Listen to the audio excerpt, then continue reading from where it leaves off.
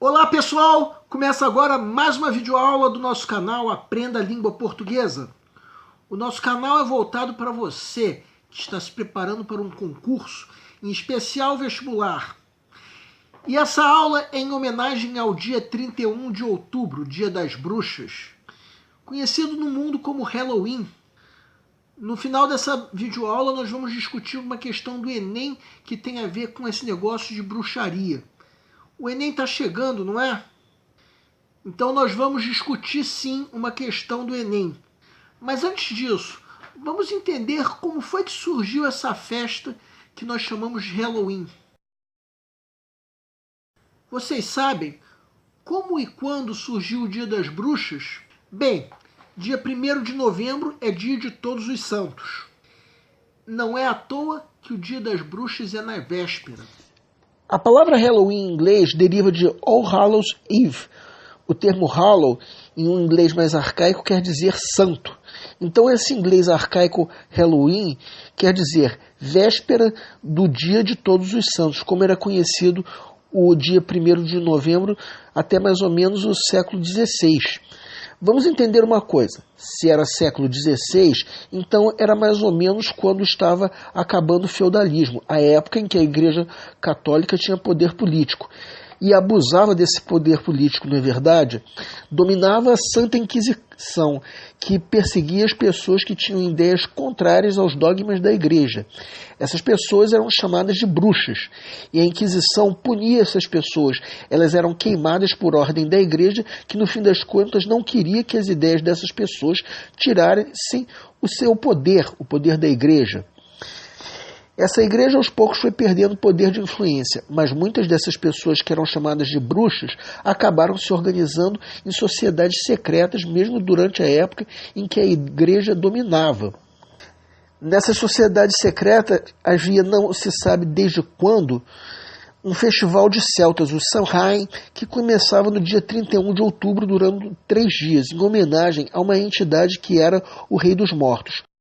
Por aí entendemos também que terminava no dia 2 de novembro, que mais tarde seria usado como Dia dos Mortos.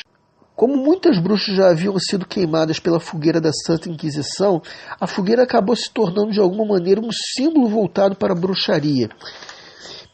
E com o tempo o festival começou a ser celebrado por outros povos além dos celtas. Em algum momento, o Papa Gregório usou a data para celebrar o Dia de Todos os Santos. E com isso ele, digamos assim, cristianizou a festa.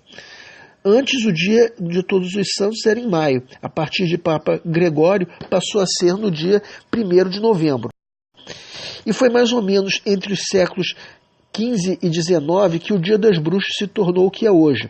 A partir do Festival dos Mortos, vindo dos celtas, surgiu uma festa em que se faziam os rituais de adivinhação voltados, entre outras coisas, para a agricultura. E para o amor também.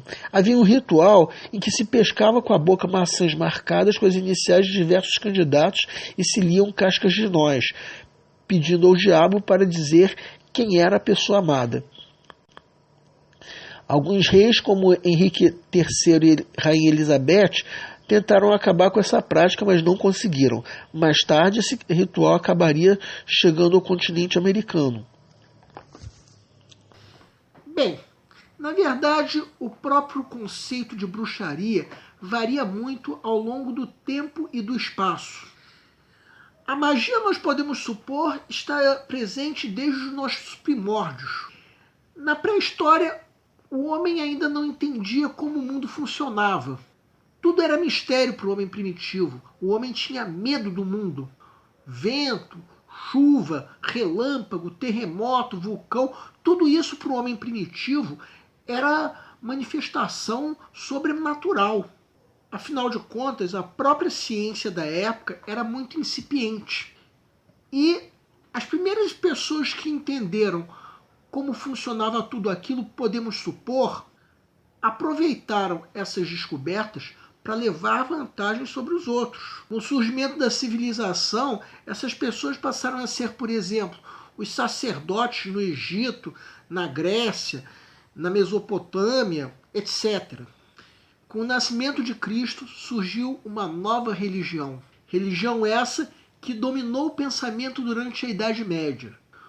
Os bruxos foram perseguidos pela Santa Inquisição, mas eles criaram também focos de resistência. E foi numa dessas resistências que surgiu o Halloween.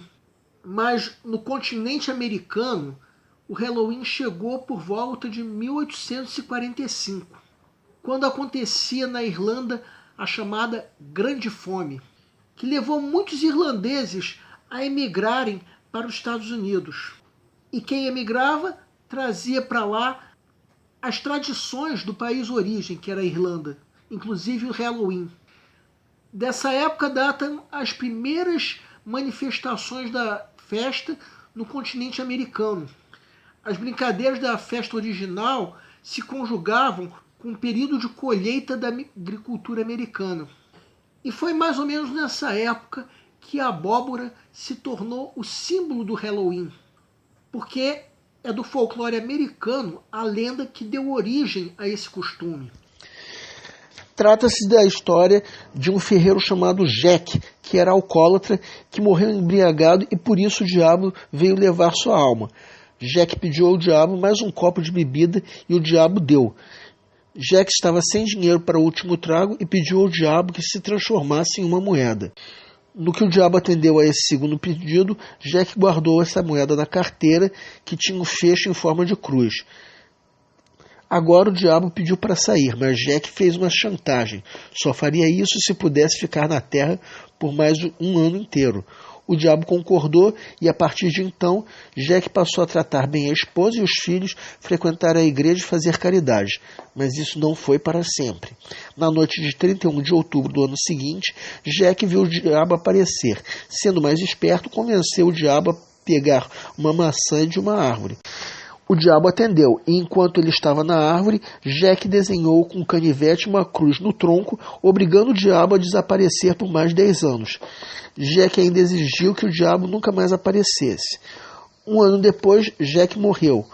Não foi aceito no céu. Teve que ir para o inferno.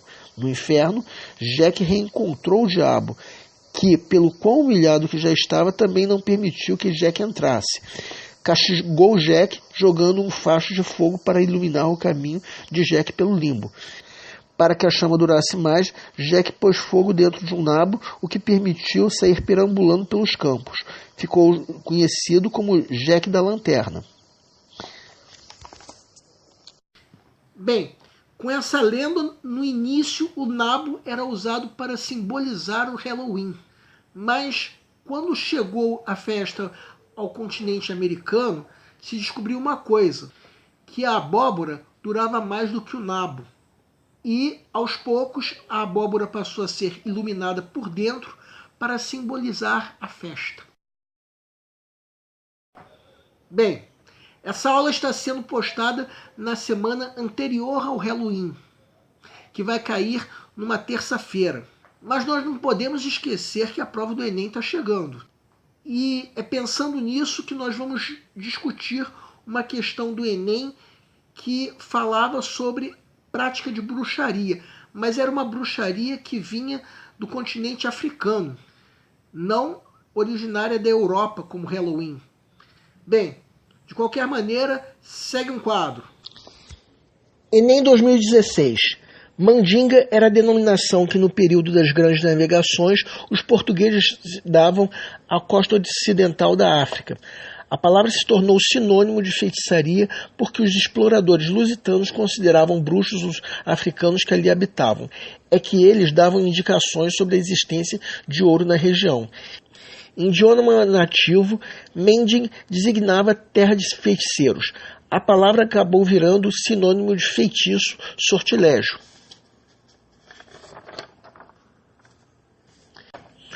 No texto, evidencia-se que a construção do significado da palavra mandinga resulta de A. Contexto sócio-histórico, B. Diversidade étnica, C. Descoberta geográfica, D. Apropriação religiosa, E. Contraste cultural. Peço para que deem uma pausa antes de ser dado o gabarito. O gabarito é letra A. A leitura do texto deixa claro que se trata de um fato histórico, por citar o período das grandes navegações. como também se trata da maneira como os portugueses julgaram a sociedade africana, ou seja, como feiticeiros. Também se trata de um fato social. Juntando-se o histórico e o social, o único gabarito possível é a letra A. A letra B comete o erro da extrapolação. Diversidade étnica não tem nada a ver com a leitura do texto. A letra C comete o mesmo erro. Afinal de contas, a descoberta geográfica não diz nada ao fato da interpretação de bruxaria pelos portugueses. A letra D ainda comete o mesmo erro. Afinal de contas, as religiões africanas não são citadas no texto. E a letra E comete o erro da redução, ou seja, reduzir a interpretação a um único aspecto, quando na verdade é algo maior. Vamos reconhecer que havia sim um contraste cultural, mas a significação da palavra mandinga não está associada apenas a isso, pelo menos não de acordo com o texto.